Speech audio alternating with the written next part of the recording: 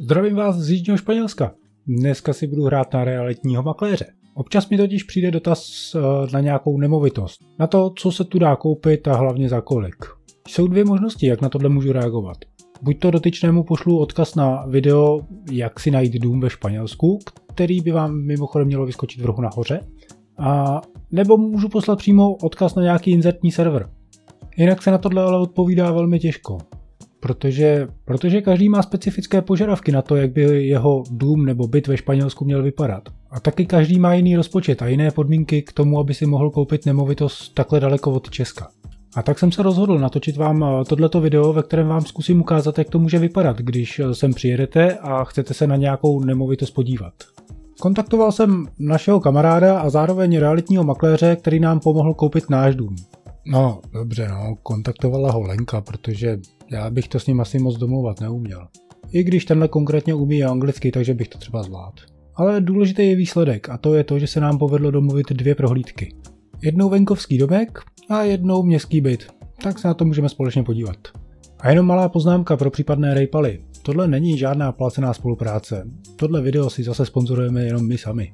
Začneme bytem, který je přímo v kompletě. Na úvod si dáme takový ty klasický keci o tom, jak je vše, co potřebujete v blízkosti. Obchody, restaurace, bary, to vám řekne každý realiťák u každého bytu. Tenhle byt se nachází v obytném komplexu. Dům má i výtah, ale ten nepotřebujeme, protože náš konkrétní byt je v přízemí. No, i když v přízemí. Ale k tomu se ještě dostaneme. Jo, a je k němu možné přikoupit stáním garáži. Upřímně, raději jsem se ani neptal za kolik. Byt je kompletně zrenovovaný a to včetně rozvodu elektřiny. Hned proti vchodovým dveřím máme novou koupelnu a vedle ní je vchod do malé ložnice. Následně je tu obývák s kuchyní, nová kuchyňská linka, včetně všech spotřebičů, jako je lednice s mrazákem, sporák s troubou a mikrovlnkou a taky myčka nádobí. Celkem chytře je vymyšlený rohový díl linky a samozřejmostí jsou i jemné dojezdy šuplíků a dvířek. Následuje další ložnice s vystavenými skříněmi, které jsou dostatečně hluboké a poskytují spoustu ložného prostoru. A pak je tu ložnice, které říkají Master Bedroom.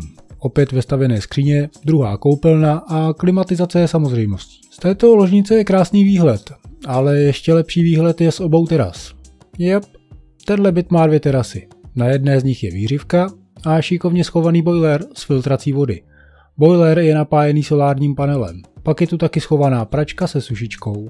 Druhá terasa je zamýšlena spíše jako relaxační místo s možností povečeřet venku při západu slunka. Pamatujete, jak jsme vcházeli do bytu v přízemí?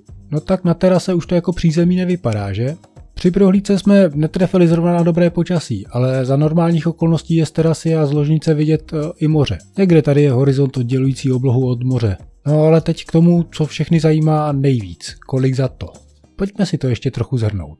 Byt má 90 metrů čtverečních, obsahuje 3 ložnice, no já bych to upřímně nazval jako 2 ložnice a 1 malý pokojík. 2 koupelny, obývák spojený s kuchyní, kuchyně plně vybavená včetně spotřebičů, obýváků a ve 2 ložnicích je klimatizace, která zároveň funguje i jako topení v zimě. Vestavěné skříně, výřivka, grill, boiler na solární panel, pračka, sušička a něco, na co jsem určitě ještě zapomněl. A to celé za cenu 279 000 euro. A pak tu máme ještě klasický venkovský domek kousíček od Kompety. Jen malá poznámka. Když vám realiťák řekne, že je to v dochozí vzdálenosti od Kompety, moc mu nevěřte. Josh, tak se náš makléř jmenuje, je tak trochu sporták a říká, že to běžně ujde za 20 minut. No já bych to šel půl dne. Kecám, abych to pěšky nešel ani omylem. No ale pojďme se v rychlosti ještě podívat na onen domeček. Začneme už příjezdovkou, která tu ještě v místních poměrech spadá do kategorie dobrých a kvalitních. A i když si asi teď ťukáte na čelo a říkáte si něco o tankodromu, tak mi věřte, že tahle příjezdovka opravdu patří ještě mezi ty lepší. Ale už jsme u domku, který je plně oplocen a tam, kde není plot, tam je skála nebo zeď, což tady není úplně obvyklé a tímto má plusové body. Další plusové body jsou jednoznačně za výhled. Opět jako u toho bytu, je škoda, že nebyly úplně příznivé podmínky. Ale tady někde je horizont a to, co je pod čarou, je moře. A to, co je nad ní, je obloha. Domek stojí vyloženě v kopci a tak je pozemek kolem něho řešen terasovitě, a to včetně bazénu. No, buďme k sobě upřímní, tohle není bazén. Tohle je jakýsi kříženec mezi bazénem a výřivkou.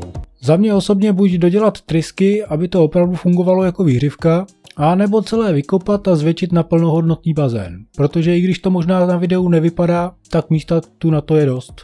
Co se týká domu samotného, tak vcházíme přes uzavřenou terasu, která klidně může fungovat jako malá zimní zahrada. Z této terasy vstoupíme do obyváku, který má klimatizaci i krbová kamna a je od kuchyně oddělený barem. Kuchyně je opět plně vybavená, včetně veškerých spotřebičů, a opět tu máme nové rozvody elektřiny. Jinak tento domek má 2 ložnice, z níž u jedné je koupelna, druhá koupelna se nachází hned vedle druhé ložnice. Následně, když projdeme okolo venkovního grilu, dostáváme se ještě do skladovací místnosti, která by při troše dobré vůle šla předělat na 3. ložnici, do které by se dalo vejít z obýváku. To už by ale bylo na uvážení nového majitele domu. Jinak ohřev teplé vody je tu řešen pomocí plynového boileru, chcete-li karmy, takže je nutné počítat s tím, že bude občas potřeba vyměnit bombu. Když vezmu plusy a minusy tohoto domu, tak za mě osobně velké plus je oplocení pozemku a opravdu krásný výhled. Jako velké mínus vidím sousedy tady a pak taky tady, protože tihle konkrétně by mi čučeli přímo do bazénové výhřivky. Blbost. Ale pojďme opět k tomu důležitému. Dům má 149 m2. Je na pozemku o rozloze 2000 m2, má 2 ložnice, 2 koupelny, plně vybavená kuchyně, dostatek místa na parkování, orientace je na jih, nádherný výhled na moře a jeho cena je 270 000 euro. A teď mě zajímá, pokud byste disponovali touhle částkou a chtěli si koupit nemovitost na jihu Španělska, chtěli byste radši dům anebo byt? Takže klasicky youtubersky, napište mi odpovědi do komentářů a hlavně nezapomeňte lajkovat, sdílet a taky odebírat, abych vás pak mohl otravovat dalším videem přece. Mějte se fajnově a já se zase někdy ozvu. Ahoj.